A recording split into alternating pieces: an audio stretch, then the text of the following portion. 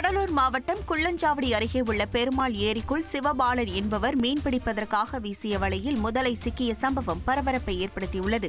மீன் வலையில் சிக்கிய சுமார் 7 அடி நீளமும் 100 கிலோ எடையும் கொண்ட முதலையை இறந்த நிலையில் வனத்துறையினர் மீட்டனர். முதலையின் உடலை வனத்துறையினர் பிரேத பரிசோதனை செய்து பின்பு அடக்கம் செய்ய உள்ளதாக தெரிவிக்கப்பட்டுள்ளது.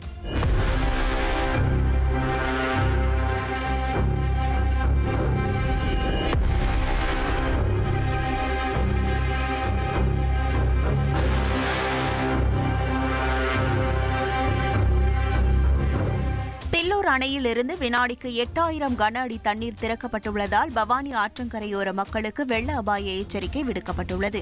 மேற்கு தொடர்ச்சி மலைப்பகுதிகளில் பெய்து வரும் தொடர் கனமழையால் கோவை மாவட்டம் மேட்டுப்பாளையம் அருகே உள்ள பில்லூர் அணைக்கு நீர்வரத்து வினாடிக்கு 15000 கன அடியாக அதிகரித்துள்ளது. இதன் காரணமாக 100 அடி நீர்மட்டம் கொண்ட பில்லூர் அணையின் நீர்மட்டம் 97 அடியை எட்டியது. இதனையடுத்து அணையின் பாதுகாப்பு கருதி 4 மதகுகள் வழியாக வினாடிக்கு 8000 கன அடி நீர் பவானி ஆற்றில் திறந்துவிடப்பட்டுள்ளதால் கரையோர மக்களுக்கு வெள்ள அபாய எச்சரிக்கை விடுக்கப்பட்டுள்ளது.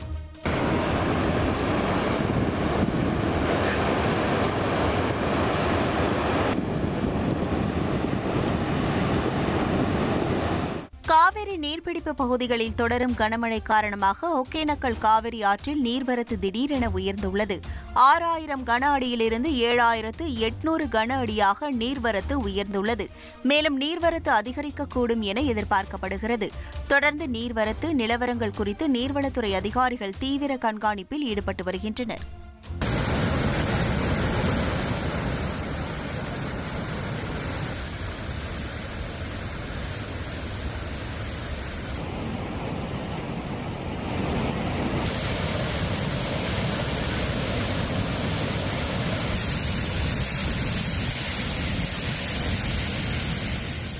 ட்ரெண்ட ஃப்ரெண்ட் ஆக்கிக்கோங்க.